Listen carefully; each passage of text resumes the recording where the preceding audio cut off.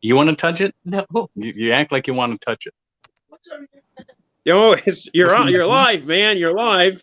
Touch my monkey. Oh, okay. All right, let me bring you guys are both live.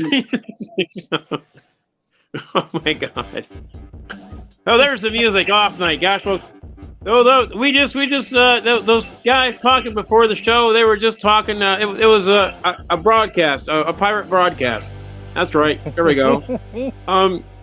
You know when you got that sort of weird, sort of squiggly line next to the cable time? That's what it was. Okay. Anyway, hey, we're here once again for the off night. It's Monday. It's wonderful, and you may have noticed I've trimmed my beard, so I've been told that I look like Yeah, Ned, there is still a show. Sign up. Ned sent me a message. He wants to be on the show. I don't know where he is, but he's coming. He's coming for us. Anyway, so what I'm saying is I got my beard trimmed, and I'm supposed to look like Jacques Cousteau, but I have a blue hat on. Jacques would have a red hat on, but I have a blue hat on. I don't know why. Or it could be the Gordon food guy from the sea. But what's going on now is we're going to be bringing on Mark Sweetman, who's your host, and the guy that knows what's going on, and Mark Sweetman. Hey, how's it going? Good. Bringing everybody out because I'm on my phone tonight, and it's very difficult to do all this stuff on my phone. Yeah, hey, I got a message from Ned on my phone. It says, "Is the show on? Is the show on?" Yeah. I said, "Yeah. We even have pirates coming in." Okay, got the music off. Thank God. All right. Lost two people. All right, I'll go there. Music off. Now I got Andy. I think we should just hum the music from now on. We just hum the music, It's probably a good idea. I've been watching Curb Your Enthusiasm. I try to do a, watch the whole series. That is the most depressing series to watch straight through. I mean, Curb Your Enthusiasm. Every episode is. I'm more anxious after every episode because it's all about anger and maybe one or good jokes. And all I can and I got that music in my head at all opportunities. I just can't get rid of it. I'm driving along and it's just like dun dun dun dun dun dun dun dun whoop. It's in my head the whole time. Every time I come to a stoplight, I'm becoming slowly. Exactly. I get it. All right, well, I'm gonna put Susan on, and we're gonna go to her poem. And sounds good. Just because it's so difficult to get this, there we go. Can you see? I don't want to let you people know. Susan wrote this poem in less than 24 hours. That is for sure. In about 20 minutes. 20 minutes. If that. I like the hat. Looks good. Thank you. It's my Gloria Swanson. I thought it was like Gloria Swanson. I didn't have anything Gina Lola Brigida, so I'm waiting for my close-up, Mr. DeMille. You gotta put your hands on the camera. All right. I don't know what Mark's doing here. I'm just gonna go on with the poem, and then we have last year a look back. Okay. Oh. An airplane sadly went down in Nepal, its rugged terrain to find the crash sprawl. More top secret documents have been found. Biden's storage boxes are not a playground. Gina Lola Brigida dies at age 95. Meanwhile, NFL player Hamlin is still alive. Missouri lawmakers adopt a dress code for females. Shoulders must be covered are the specific details. Are the lawmakers afraid of spaghetti strap charms? The Second Amendment protects the right to bear arms. Next, what's that? Yeah, I get it. I get it. All right, I'm gonna. Oh, you want last? Oh, yeah, she's gonna do last year's. She's gonna do last year's. Last year's poem. No, dated. Wait a minute. Doodle-doo. Oh yeah. A year ago, January 17, 2022. Martin Luther King Jr. Day celebrated. COVID continues while testing is belated. Volcano erupting on the ocean floor. Tonga is watching for that tsunami horror. North Korea fires missiles despite international ban. Kim Jong really thinks he's the man. Worker vaccine mandates are a thing of the past. Winter Olympics are soon to start. At last. All right. Thank you. Thank you. That's this year's poem and a year recap, in review. A recap of last year. Read to you by Gloria Swanson. There we go. All right. Now, I'm again, like I said, my dashboard is on my phone. Let me bring everybody in here now because this is going to be this is going to be work here. Well, first of all, I got to take the single. I told Mark before the show started to just leave everybody up, but he didn't want to do that. So did I lose him too? I didn't lose everybody, did I? Yeah, I'm still here. Okay, there we go. I'm gonna. Now I'm on, and you're off. Mark, I can't take over the show, Mark, I haven't been prepared yet. I don't have enough time. My monologue. Where is my monologue? I don't know where I can go. Mark. Oh, hi, folks. I know if there's anybody out there watching this, we're just doing a little fun. That's all that's going on. We're just kind of having a little fun, trying to do Mark is a great guy. He works really well with the tech stuff here, and he's really he's improved. He's come along a great way over the last 2 years. But I wanted to let you know that we're going to be having Jason Grant, who's coming up here. He's going to be appearing on Wednesday over at the famous, Mark Ridley's comedy. And Ned Rice is saying, "I'm standing by, and I'm gonna say yes, okay." And I'm gonna sit there and kind of go, Can Mark be able to figure this out? I don't know, but I'm gonna tell you what's gonna happen.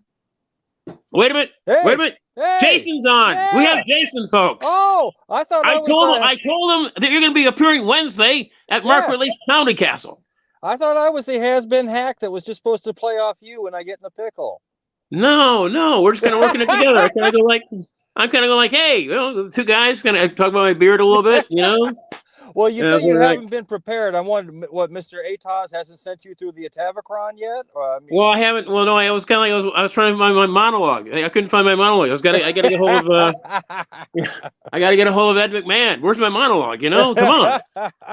So I'm going to come up with some topics. I don't know some topics. I couldn't improvise my name if I had to. Why? We're improvising. Oh, we're improvising. Oh, okay. Here we go. Star Trek: The Original Series, 3rd season. I would say at least half the shows actually are pretty good. It was the other half that are the really problematic episodes.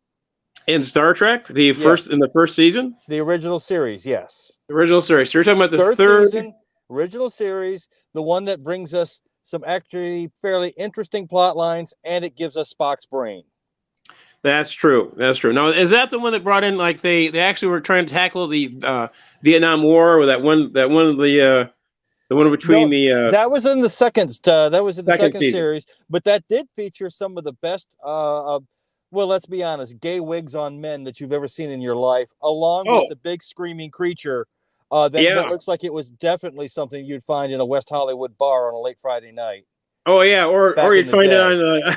I think that was actually it reappeared in Lost in Space somewhere. I'm sure that same costume. Props like that, you just can't throw them away, dude. Come on. No, man, it's pretty good.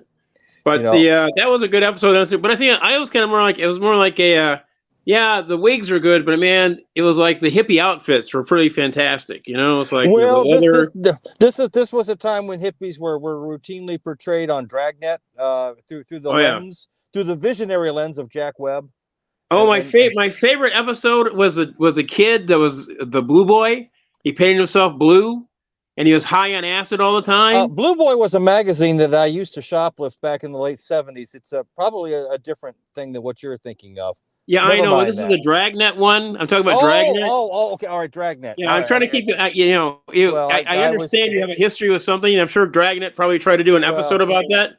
Well, they certainly did. I think we can actually, for one of the most homoerotic and homophobic moments in cinema at the time, comes from Dirty Harry, the first movie, where Harry produces his weapon, and Andrew Robinson goes, "Oh my." That's a big one. Got it. You've never seen Dirty Harry? Oh yeah, about the gun? Yes, yeah, of course. Yes, that's apparently they had to take several times because every time they did it, Andrew Robinson would emphasize that, and they would all just fall apart laughing. Hey, it was a thing. And now was the scene before the cross where he's getting beat up at the cross? That was actually just before that. Like that was one of the scenes. Jason, yes, sir. Do you remember in that movie you're talking about now with Andy Robinson, the girl they pulled out of the hole? The one with her arms, I think her arms were cut off. Yes, or something like that. It was no. She was she was dead, but all her body parts are. Yeah, Sissy Spacek. You're kidding me. Wow. Fantastic. Yeah, I did not know that. Fantastic. Wasn't until a few years later when she would really burst upon the scene in Carrie. And you got to give it to Piper Laurie for her restrained, nuanced performance. Really, undertone, yes. Yeah, exactly. That's the first time in my life I've ever rooted for silverware. Although Piper Laurie in what was it, The Hustler, if I'm not mistaken, she was brilliant. And then she quit acting for a dozen years. Carrie was her comeback of all things, and then later on she shows up playing Carrie's mom in Twin Peaks in the original run of that my series. favorite thing about Piper Laurie was she was supposed to be this hippie who ate flowers and shit like that. Her real name was Yetta Rosenblatt. Hi, Ned. How are you? What's going on, Ned? Hey, we got Mark back. Mark's back. Mark's back. Ned's here. Sam. Yeah, I can explain to everybody what's going on here. We lost our internet, so I'm on the phone. The dashboard that I have when I use the StreamYard service to run the Streamcast, it allows me to mouse around and open up windows and things like that. When I'm on my phone, I have to close a window in order to get things. And Ned and Sam were not initially, so I had to close my window for being on the air to go get them on, and now I'm back. That's why I was. Thanks for Andy. You were great. You were great at holding that up while I was gone, though, because I was able to hear it. I was able to hear it through YouTube. So even though I wasn't in the window for streaming, I was able to hear it. Good. You know, that reminds me, we are live on YouTube, and we prefer people watch it through YouTube because it gets our numbers up. And if we want to monetize this thing, I'm learning more and more about how to use YouTube and TikTok and all those other things, because I'm finding comics getting booked that have never been on stage before. That have 500,000 followers that can sell out a room whether they have an act or not. So those of us with acts can actually maybe come in. Can someone explain to me who was on drugs when hired the person to host the Golden Globes? I think most of the viewers. Jared Carmichael. Was that who it was? I don't know. I have never. He mispronounced Shelly. He mispronounced Miscavige's name. You're way back there again. Come closer to your phone, man. Come to the phone. Come to the phone. He mispronounced Shelly Miscavige's name. You know Miscavige, right? Yeah. He called her Miscavige. Oh, really? Wow. Well, that's going to really annoy all the people in the Church of Scientology as well. I mean, they get confused. Oh no, they were glad he mispronounced their names since it's kind of rumored that their leader killed her. Well, that's been the story for a long time. No one's seen her for a while. She apparently is having lunch with Jimmy Hoffa. So the Red Fox. Right. At the Red Fox. Who didn't want to have lunch with Jimmy? I mean, come on. I don't know. Did you guys ever go to the Red Fox? I've never been there. Oh, well, it's gone now, but I mean, it was a great restaurant. The food was a guy I went to high school with. Somebody had to do that. Jerry Fitzsimmons. His father was the vice president of the Teamsters. Yeah. And because the Teamsters headquarters was in D.C. at the time, they would drop by and visit Jimmy Hoffa. And Fitzsimmons' brother played college football, and Hoffa was a physical fitness fanatic. And he had this thing, the thing where you take the vice, like the hand grip, and you put a penny between it, and the idea is to hold it as long as you can so the penny doesn't drop. Yes. So the penny doesn't a real drop, good time for that, a real good time is like 30 to 45 seconds. So Hoffa did that, and he said to my friend's brother, he said, "Can you top that?" Well, he was a college football player, and he did it for like 1 minute and 50 seconds. And Hoffa threw a paperweight at him and threw them out of the office. Well, that's a sort of impulse control that got Jimmy where he is today. So hold it, Jason. I want to tag Sammy on that one. Sticking with Hoffa. How many of you guys remember or no? He's still on Carl Falkenberg. Mark, you have to come closer to the phone. You sound like you're gargling razor blades. What am I doing? You sound like you're gargling razor blades. Did you touch something? This is like sitting on the edge of forever when Mr. Spock makes a computer out of old. That's what this show is like. What a great reference! Thank you, what a great reference! Thank you, Nick. It's a Star Trek. And Collins was like he did in 2018. Yes, indeed. We finally found the portrait of Collins.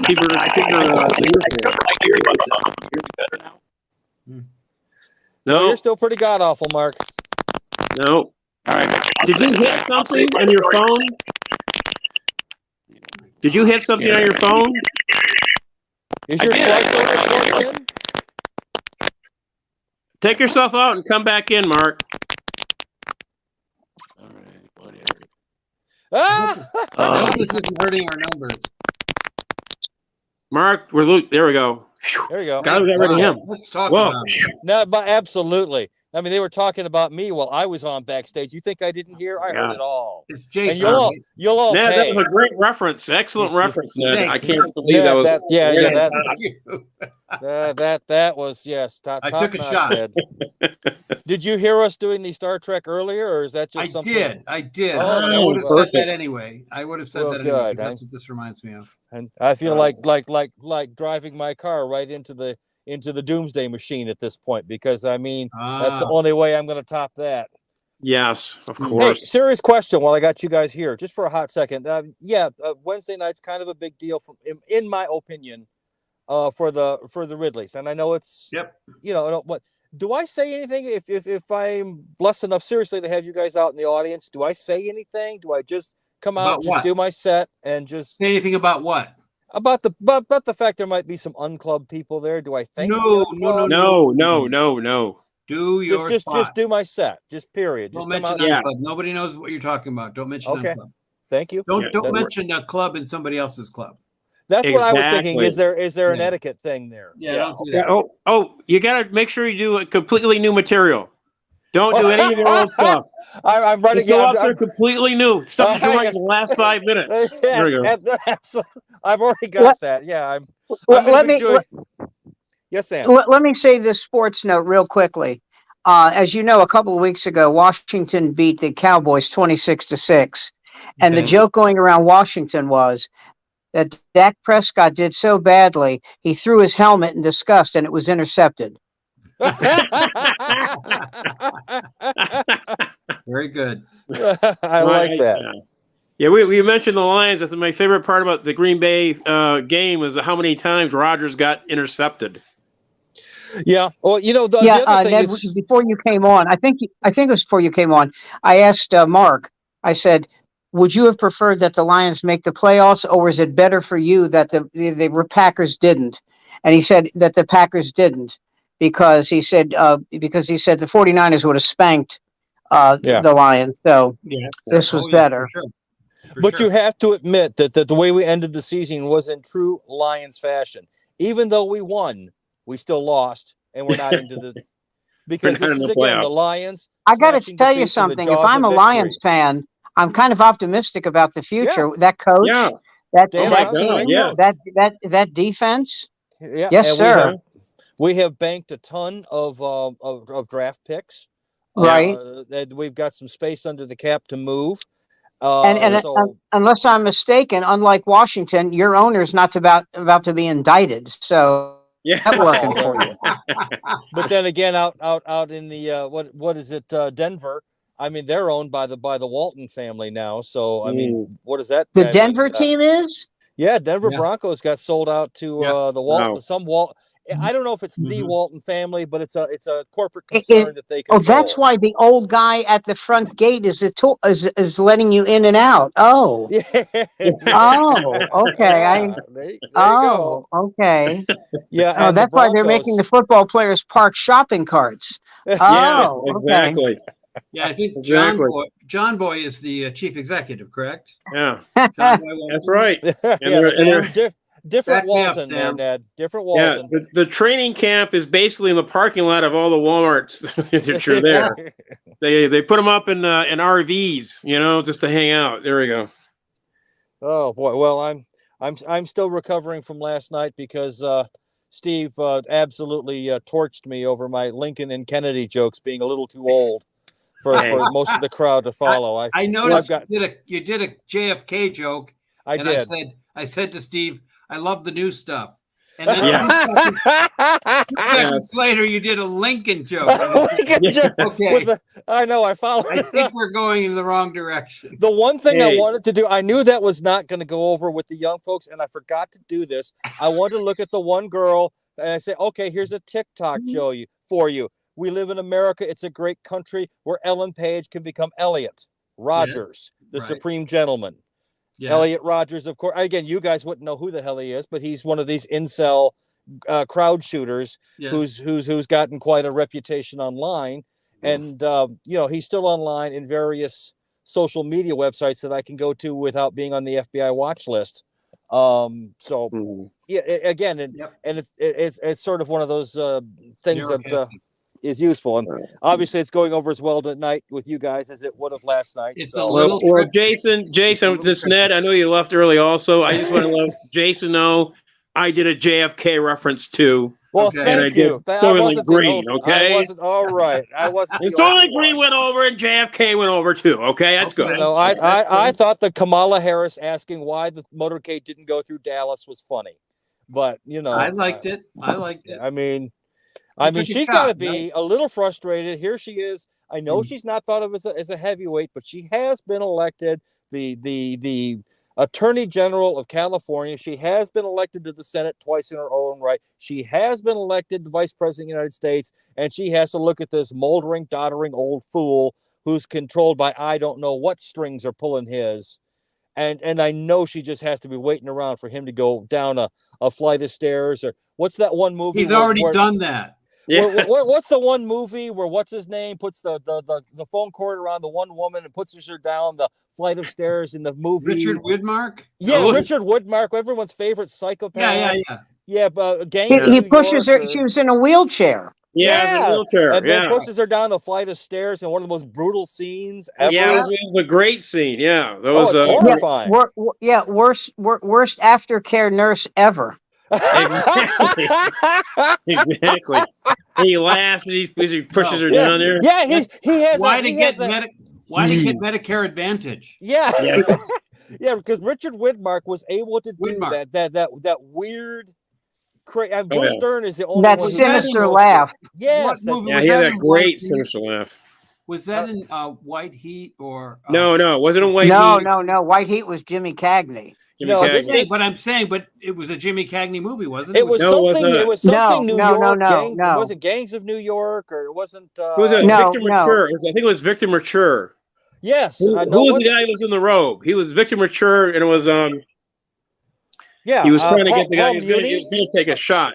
I want to say Paul Muni, but I could be wrong about that. Muni was like 70 when that movie was made. No. Oh, Jesus. So that was it was Victor Mature. Somebody Google movie where Richard Widmark pushes an old lady down the stairs. Yeah, that. I think the movie is called Kiss of Death. Kiss of Death. That's it. All right. Yeah. And then they made another Kiss of Death 1947. with David Caruso, and the Kiss of Death was at the box office. Yeah, because that movie was horrifying. I saw that. That was his first movie after he sit there and shit on It had everyone. a great cast, though. Yeah, I know, but it was a terrible film. Samuel Jackson, Nicolas Cage, Catherine Irby. What was the woman's name from As Good as It Gets? Helen. She won the Oscar for As Good Helen as It Hunt. Helen Hunt. Helen Hunt was in it. Helen Michael Hunt, Rappaport. Good cast. Yeah, and really good cast. And it just one of the movies from that era that doesn't get remembered is Angel Heart. Man, Robert De Niro is in 4 scenes, and he steals the movie, which is saying something because Mickey Rourke is peak Mickey Rourke in this movie. Yeah, and again, a wonderful Lisa Bonet. Lisa Bonet, and then Mickey Rourke and Lisa Bonet screwing under rivers of fake blood. It was. I got to tell you something. Watching them kiss and screw was worth it for me. If that was the worst movie ever made. Yeah. No, that was. And that I was think a great Bill Cosby movie. advised her not to. Yeah, he did. He told her not to do the movie, and she was off the series. So Cosby. Yeah, because because it was illegal for him to jerk off in the movie house during that time. So, well, he probably didn't like the fact that Lisa Bonet was conscious while they were screwing, which is that is so true. And for Bill, he likes his women a little more pliant. He thought, that's a little too kinky for the woman to actually be awake and responsive. Yeah, I got to say one thing for Cosby: if he buys a woman a drink, he doesn't care if he gets a toast from her. Yeah. Oh God! What is that? I mean, seriously, what is that kink? Because Bill Cosby could have any woman he wanted. He wants a woman who's drugged.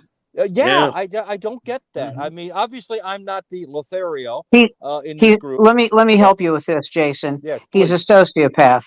Okay, thank you. Mm-hmm. Yeah, because in all my I would say it has to do with control. Never Ted Bundy was a good looking guy. Yeah, that's true.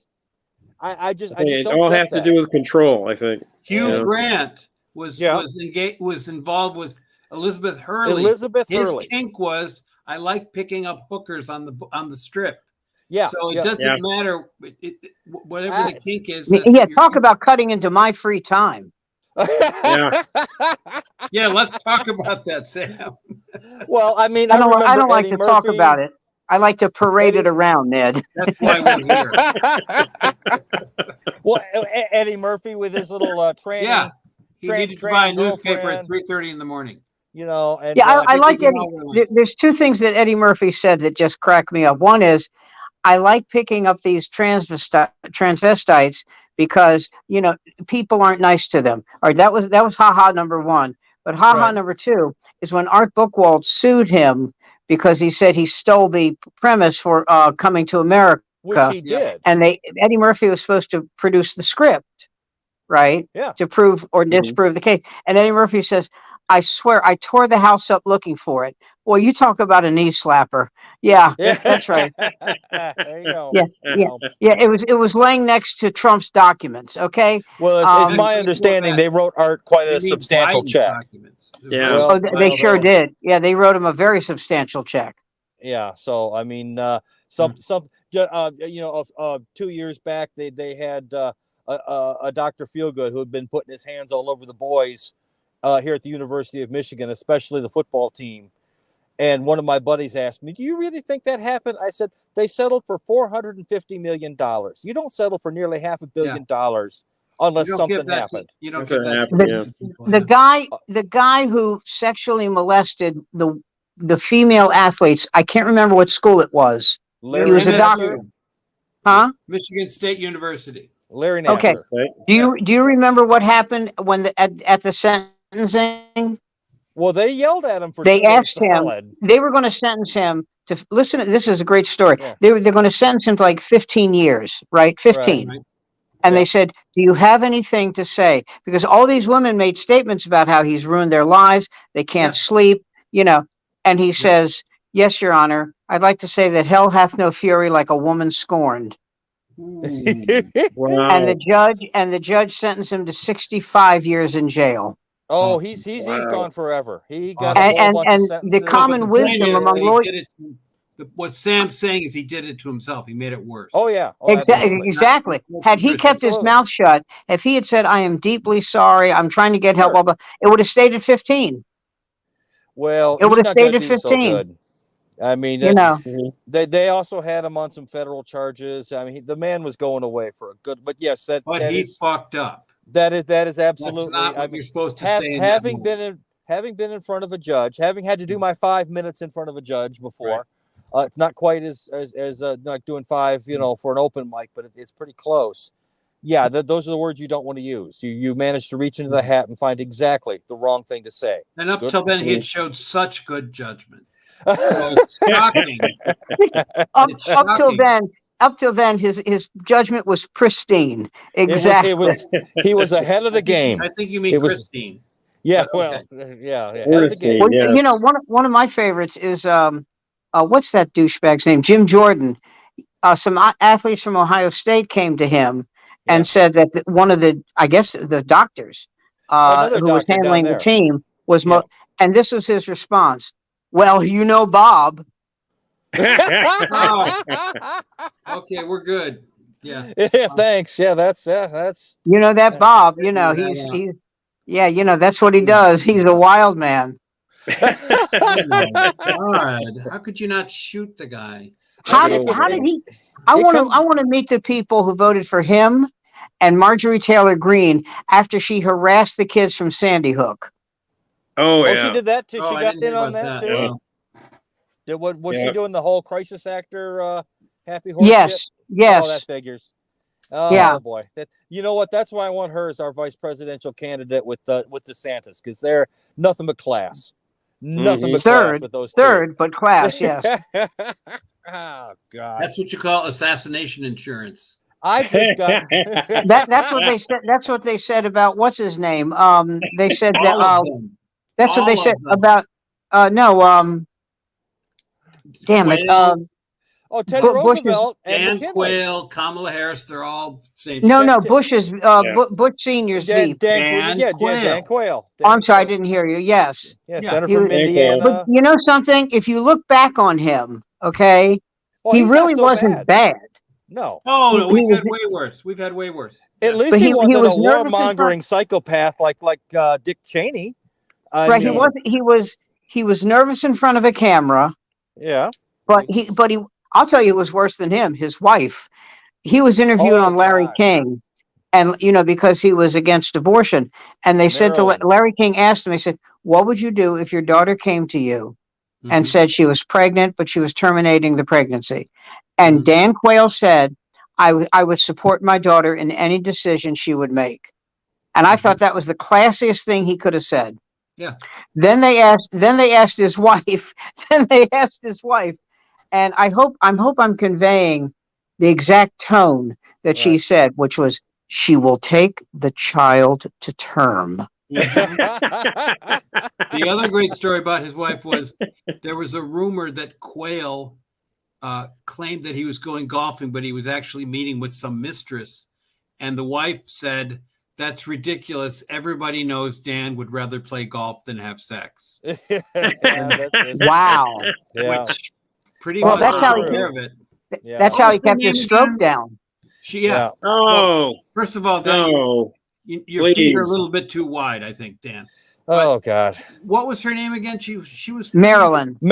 She was actually pretty. Well, there's a story I know about her. This is the senior. Bush's daughter was getting married, right? She was engaged, and her husband was a liberal. And if you know anything about the Bush family, they don't care. If it's good enough for our daughter, welcome to our family. We love you. Right. They're fine with that. Yep. Okay. Well, Marilyn Quayle, is the term buttonholed him, got him in a corner during the engagement party and started harassing him about his choice. And Barbara Bush, who is not to be fucked with.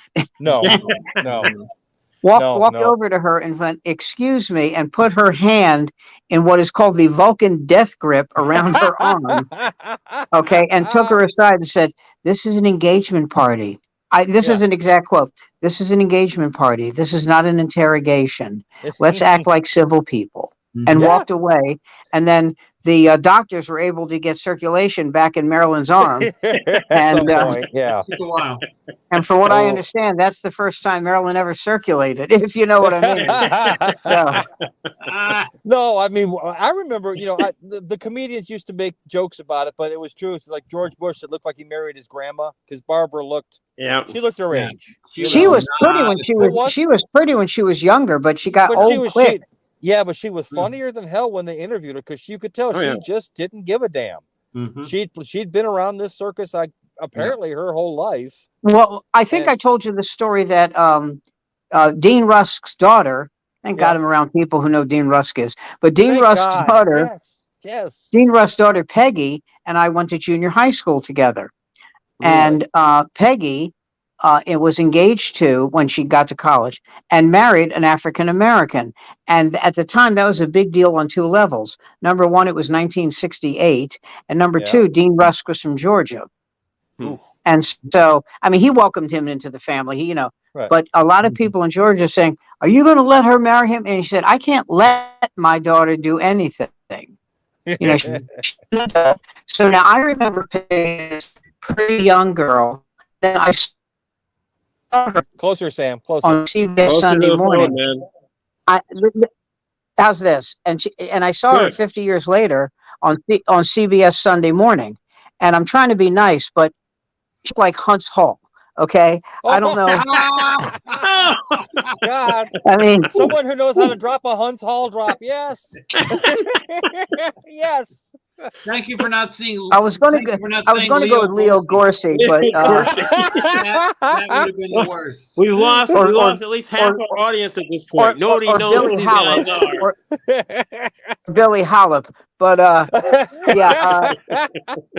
Leo it wasn't. I was going to do that Tom Brokaw thing where I go, "The years haven't been nice to her."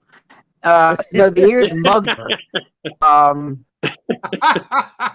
So years of pistol man. I'll tell you how bad it was. I'll tell you how bad it was when she came onto the screen at her present age. I think I woke my wife because I went, "Wow!" It was amazing. I mean, I understand people get older, but holy shit! Yeah, well, man, it is weird. But I mean, I look at myself and I'm such a damn good-looking guy, and I feel sorry who, life is just mugged. Woo.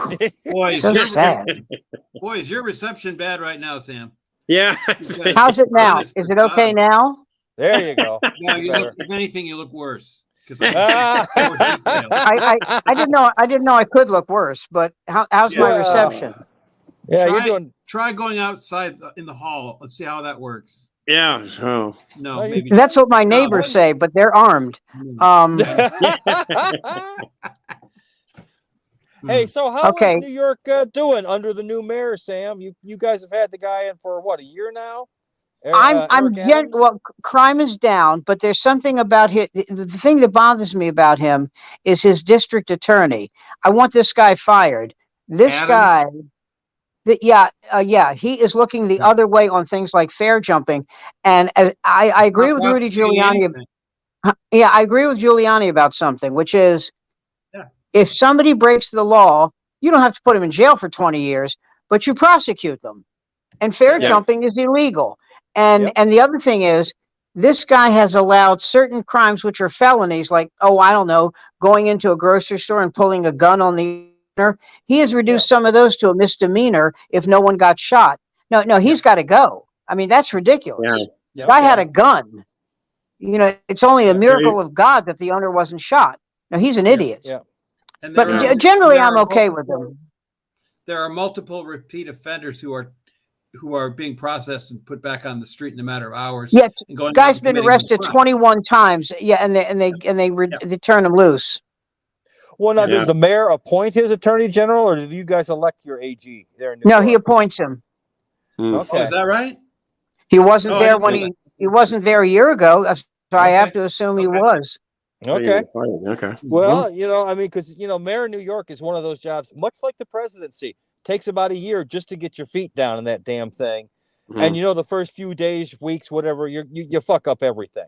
Everything you do is under the second hardest job in glass. America. Yeah. I mean, remember Obama when he first came in? Within the first few days, he made some snarky little joke about the Special Olympics. No big deal. But it went into the media megaphone. And a day and a half later, he was saying, "I'm sorry." I had a joke about the Special Olympics. I bet. I had a joke about the Special Olympics, and my wife said she would kill me if I ever told anybody. Oh dear. Oh no, I'm going to tell you guys. Oh no. The joke was, I thought the Crips was a gang. What? Oh, you're cutting One, out, the Crips were a gang. You thought the Crips were a gang? Oh my God! Oh Jesus! The thing is, Sam, now they are. Yeah. Now they are. Again, we've lost him. That's lost again. That volunteer for the Special Olympics, but I got fired because they have this thing. If you ever worked with the Special Olympics, they have a thing where you're a hugger. Winner, whether the person finishes first or last, you give them a hug. I was fired because I went, "Nice race, loser." So they hated that. What were you thinking? Hey, look. So you have one leg. How about using it? Come on. You were caught between like whether they want to be treated like normal people, or do you want to be treated like a special person? So Mark, you're given the full normal treatment person. Mark is beamed back in. Mark, we're making fun of handicapped people. Join in. We've gone all the way. We've gone around the circle here. Yeah. And we're just about to get 7-0 Cowboys. You can. That's an update. 7-0. Oh no, 6-0. Oh my God, he missed the extra point. I think Tampa Bay's got a shot. So I think tonight is the night Tom Brady comes back to reality. I think. I agree. I think this is it. I don't know. I'm a Michigan guy. I'm a Tom Brady fanboy. If he said you get to wash my underwear for a month, it'd be, yes, Mr. Brady. How much do I owe you for this? For this privilege? Well, when I had Tom Brady in the back of my cab. Really? Yes. when he was at U of M. Yeah. So I took him from I think I took him from the practice area, and he was going back to his house. So I gave him all my best. I gave him all the moves he needed to do to become the greatest quarterback ever. He never talks about Andy, when you say you had him in the back of your cab, what did you mean? I meant basically I was driving in front and driving him to the location. I'm saying I had sex with him. I'm just saying, was he in the shotgun formation or was he under center? well, he was. Very nice.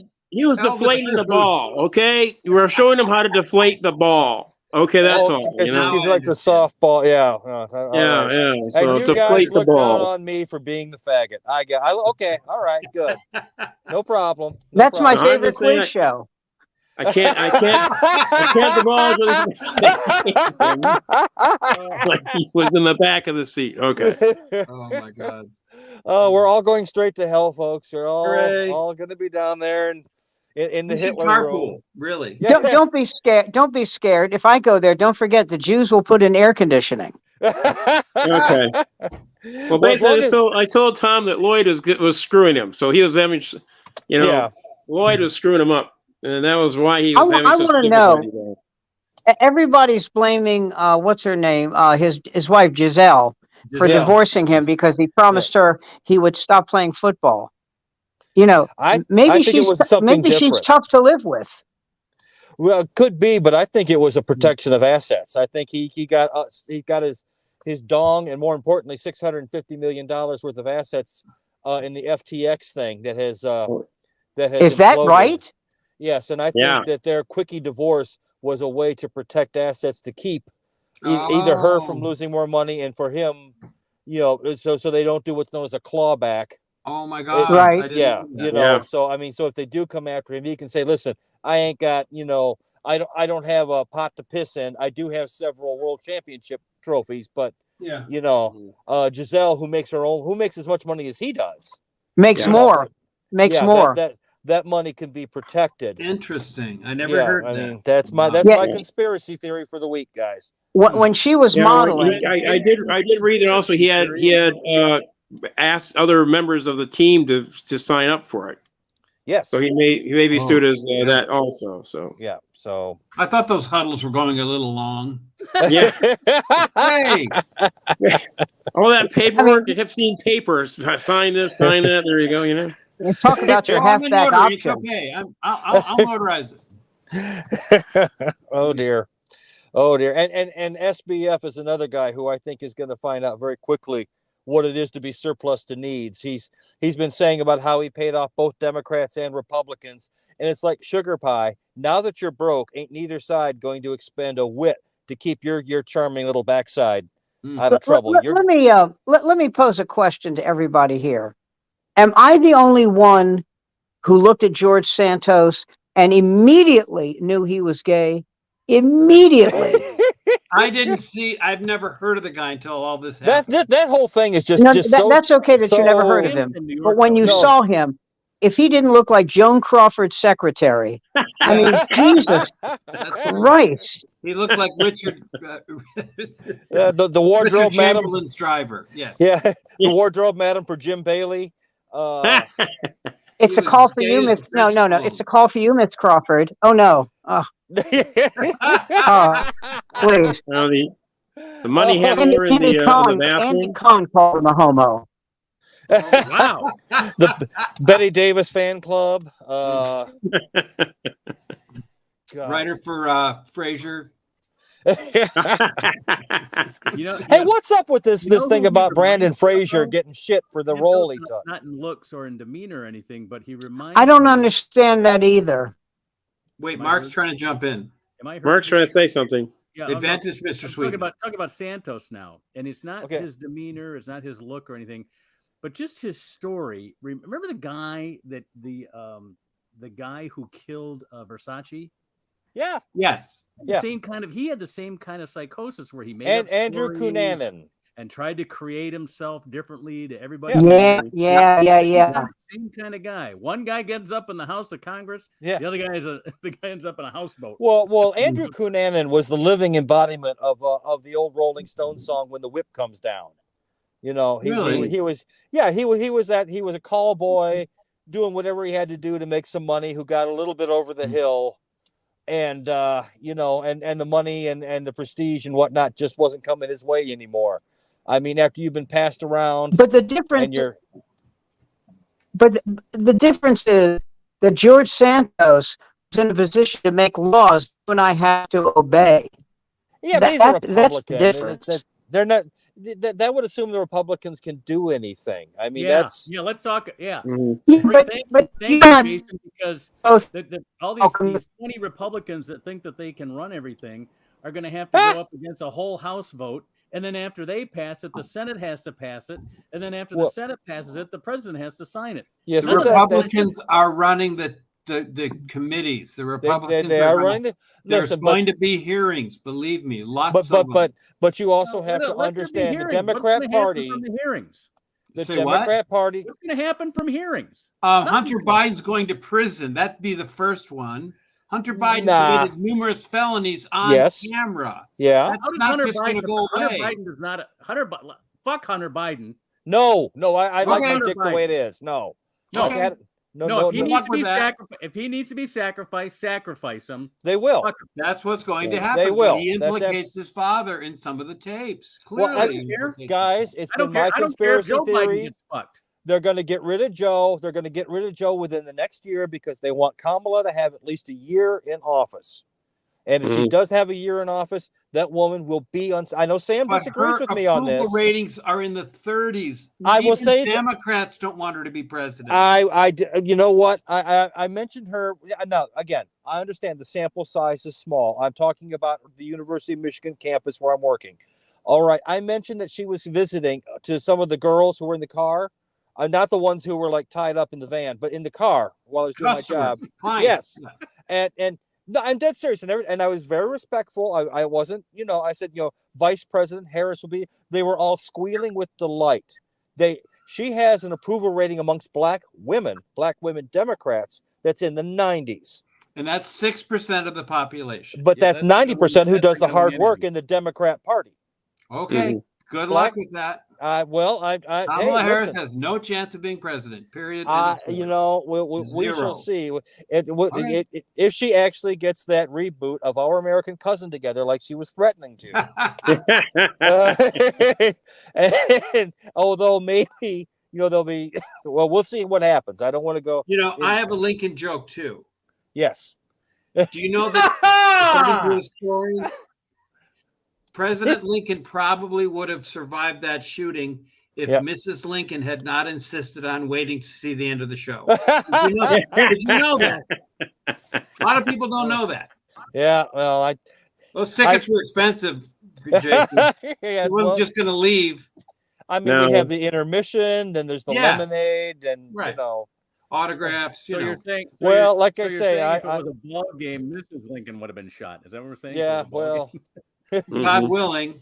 Hey, listen, I live in a universe where John Lennon got 5 bullets and Yoko Ono didn't even get a flash burn. Okay, so I know what unfair is. All right. Has anyone here? This is something that really rocked me. I'm looking at Facebook and it says Instagram for old people. Yes. Yes, exactly. And it says, "Here's Yoko Ono."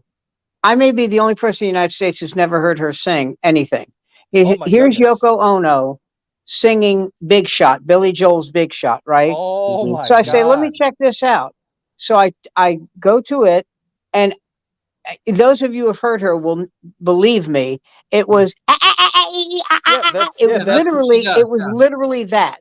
Yeah, that's her. That's I thought, man, she is a genius. Yeah. She knows she sucks. She has to know she sucks. Right. And she's using John's money. Yeah.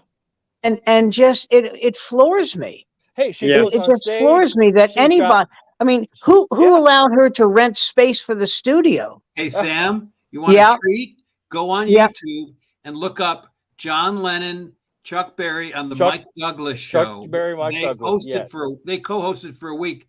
And John and Chuck did, Sweet 16 or whatever. And Yoko was on stage screeching like that. It's pretty. Even the musicians were looking at each other like, really? There's Mark, you cannot make me watch her again. She picks up the microphone. You can mute it. I just want you to see the musicians look. She's the reason I want some Japanese people interred. Okay. Oh, good old fashioned FDR Democrat. Thank you. Goddamn right. You Jews, get back on the boat. That's right. Oh man. Oh God, get comedy for people 300 and over. Come on in, folks. Offering up Yoko might be Hunter Biden's only option. Yeah.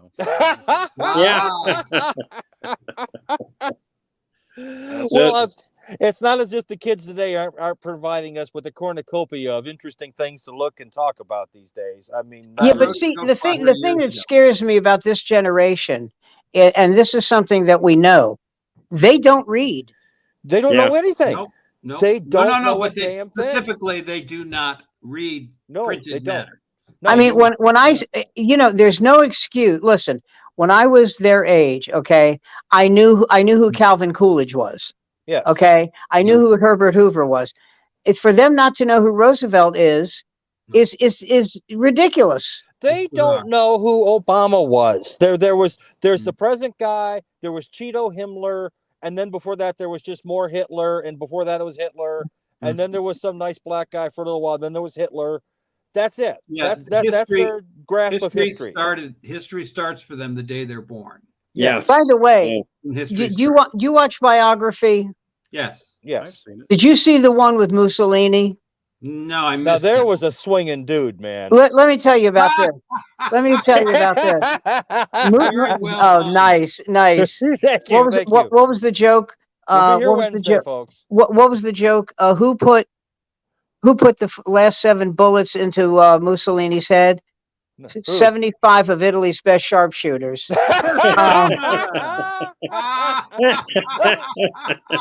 going to be here all week, folks. Sam Greenfield. There we go. Why does the new Italian Navy have glass-bottom boats? So they can see the old Italian Navy. The old Italian Navy, yes. During the 7-day war or 6-day war, whichever it was, the joke was, how many gears does an Arab tank have? 4. 3 in reverse and 1 forward in case of attack from the rear. We'd like to apologize to our Arab friends, but I'll tell you what, if you're offended, the couscous is on me. Literally on me.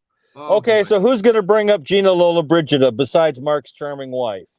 Come on. She did put it in her poem. She passed She away. did. One of the greatest smoldering Italian women on stage. Yes, when she gets over 50, 20 pounds to her backside every year. We know they carry it low. It's what they do. It leaves Sophia Loren as the dom of Italian actors. Oh, my God. Sophia Loren. Now unbelievable. Yeah. Sophia Loren still looks good. Yeah. Yeah. For 95. Yeah, the genetics work well with her. Yes. Yeah.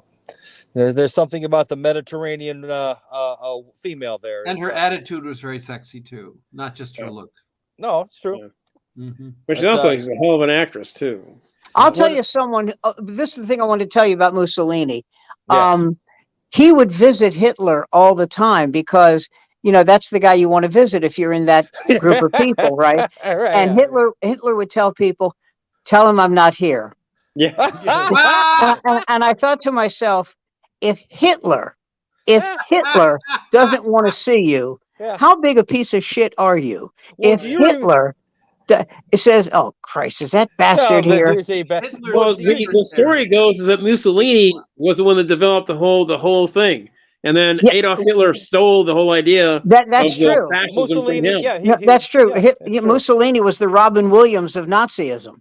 Exactly.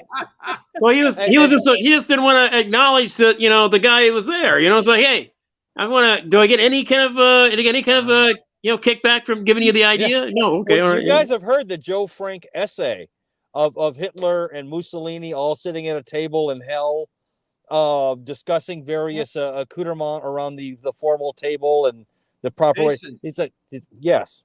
You're a Joe Frank fan? Yeah, who isn't? Oh my God! Go on, please. We have lots to talk about. Go ahead. Did you say Joe Franklin? Yeah, no, Joe Frank, Joe Frank. Former NPR guy who should have gotten a lot more credit than what he got. This American Life is essentially a takeoff on Joe Frank. He's incredible. But anyway, he would go on these. He just simply would go on these long, drawn out, beautiful monologues with sound effects in the background. He does one of this garden party in hell. And at one of the tables is Mussolini, Hitler, Mao, Stalin, and they're discussing various aspects of the proper decoration and table setup, placemats, the proper use of flowers and whatnot. And I can't do justice to it. No one can do justice to Joe Frank, no one can do Joe except Frank. Joe Frank. I when I first thought you said Joe Franklin, there's something that Sarah Silverman said. Every time I think of it, I laugh out loud. She goes, life is filled with certain ironies. The irony for me is that I was raped by Joe Franklin. Yes. And it just kills me.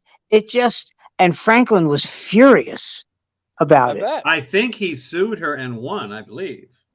I think she by the way, news headline, Harbaugh is staying at Michigan. Oh, yeah, no surprise there. I like that. Yeah, they're gonna find out what makes Coach happy. Give it to him.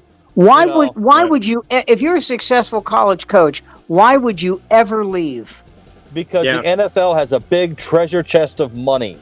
He's already very wealthy, Jason. Yeah. I would never. If I was like they don't, but somebody like a Mike Krzyzewski or something, I would never. Well, they don't. But I would never leave. Never. Look at Urban Meyer. He left and got a big and look what happened. Well, he was an idiot. But yeah, you're right. It ended. Jaguar destroyed. I'd rather be okay, we're down to 30 seconds, so this is our time to talk about MLK Day. We had a whole hour, and now we're going to talk about MLK in the last 30 seconds. Who doesn't love the new statue in Boston? Come on, Boston's got that new statue of him. It's great. Oh God. That's right. They all love it. They all have a good time. Let's go see that statue. Yay! Yay! Or go see Avatar. Avatar. There we go. How does that have to do with anything with MLK? But what the heck? Nothing. The last 5 seconds. Merry Christmas, folks. There is no God. No, wait. We're out. Buy bonds. This is David Suskind show. We can go on past an hour. If you want to talk. Oh, about you tell us that now. We had a good ending, and now you blow it for us. All right. All right. You're gonna do a good ending again because you're a pro, buddy. You guys are so bitter. For Dr. King, for Dr. King, Not as bitter as Steve. I tell you that. You know. I'm going to quote Chris Rock. If you ever find yourself on MLK Boulevard, run! Well, we would apologize for the open racism, but with the ageism and the other isms we've demonstrated tonight, I think it's going to dovetail nicely into the. I was quoting Chris Rock. I don't think he's a racist. I don't think he is. I don't believe that. Chris Rock is good. And he won 2 Emmys for that. Well, I do believe it, so bring it, motherfucker. Yeah. My MLK story is, and this a little preface on this for those of you that don't know this, but when they play his "I Have a Dream" speech on Martin Luther King Day on Detroit Public Radio, it's the speech he gave in June, not the one he gave in August. In June, he gave that speech at Cobo in Detroit. And it's much more emotive and animated because it kind of came from the heart rather than, and at the speech at the Washington or the Lincoln Memorial in Washington, that wasn't even part of his speech. That was Mahalia Jackson saying, "Tell him about the dream, Martin. Tell him about the dream." And so then he went into that part. But that was part. So when they play it in Detroit, they never play the Washington speech. They play the Detroit speech.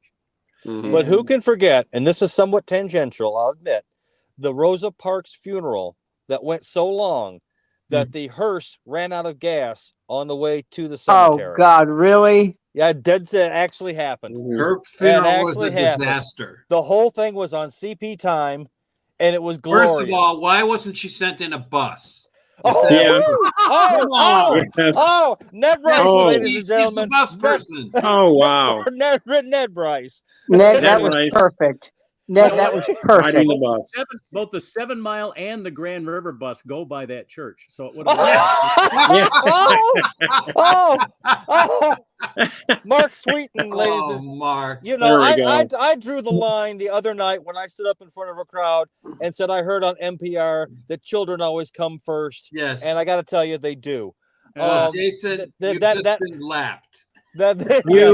I am so far behind this crowd. I've got to go out, suck a dozen dicks, and okay. Well, you better get started. I just want to refer to the fact that we started with Star Trek, and there's a great story of Star Trek, and the woman who played Uhura, she was going to give up her position because she hated the job, and Martin Luther King told her to keep the job because she was in a powerful position on that spaceship. And she could take the bus to work every day, or exactly. Yeah, you know. Well, she could fly the Starship Enterprise, man. She had the Enterprise. She could take any shuttlecraft she wanted. She could take. You know? Yeah. Listen, there was a guy in D.C., a DJ named Doug Tract, and he went by the name Greaseman. Okay, I've heard of this dude.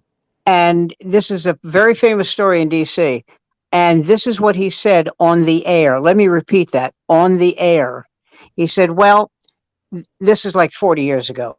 Well, they just made Martin Luther King's birthday a national holiday. You know, if we kill 4 more of them, we get the week off. Wow. Wow. Okay. Wow. I'm saying I'm against that. I'm against that. that actually equals or surpasses David Clayton Thomas at Blood, Sweat, and Tears at the Pine Knob. And I've related this before, in the middle of a great show saying, wow, it's hotter than the last train car to Auschwitz up here. Yeah, which another, it's like, what synaptic connection had to occur within your brain that suggested that this was an appropriate thing to say. Yep. This is a strange ending to the show, guys. Yeah. Sorry. I'm not sure this is what we were looking for an ending to the show. Well, I'll be worshiping this devil later on tonight. Yeah, I heard something about monetizing this show. Maybe not. Yeah, what will be at Cougarans from South Africa? Is that the deal? FTX, baby. FTX. We'll be using FTX coupons, right? Exactly. And oh my goodness gracious. Okay. Well, listen, you gentlemen. I was going to tell a touching story of my daughter and I listening to this speech in Detroit on Detroit Public Radio while I was taking her to work, and I'm going to save that story for another. Yeah, I would not do that.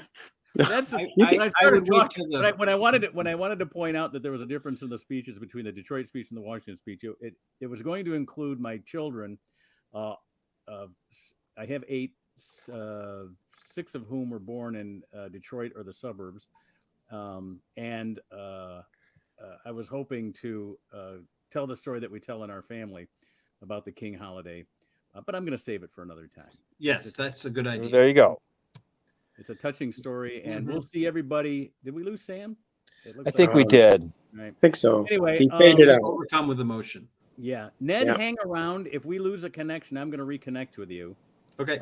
Because Sam, you and I are going to get on here afterwards and have a little discussion. Everybody else, we'll see everybody back next week. All right. I will see you guys Wednesday, maybe. Some of you. Thanks, fellas. If you see us in the audience, do not talk to us. Okay. All right. I was off the screen, but I heard that. I want to reiterate what everybody else was saying. Jason, don't say anything. Don't acknowledge that you know anybody in that crowd. Fine. Done. Yep. You think I would acknowledge you guys in public? You don't think I'd no. You do at the Unclub, so I'm just well different. Make sure you do all new material. Do not do any of the old stuff. Yeah, I'm working on a whole new set. Andy. He's going to do his funny stuff. He's not. I'm going to wear men's clothing. I'm going. Okay. Just this once. Just this once. Oh dear. The Cowboys just scored another touchdown, and the kicker just missed another point after. Oh my there you go. Well, on that note, I've got to go out and get the coven together and see if I can, wash my sins away after this podcast here, which should it ever become. So should anyone ever watch it? Hey, Jason, in my career, yes, sir. This never happened. This never happened. No, this is just like the tape in Mission Impossible. It was all a dream, Pam. Yeah, and then Peter Lupus takes off his clothes for Playgirl. Jason, I tell you, go sacrifice a virgin, but try and find one in Detroit. I tell you, I don't know, but around here it's not that hard. I just every time I get close to the school, the box shocks me on my ankle. All right, yeah. You've heard it all. Good night, fellers. Good night. Good night. See you. Good night, Jason.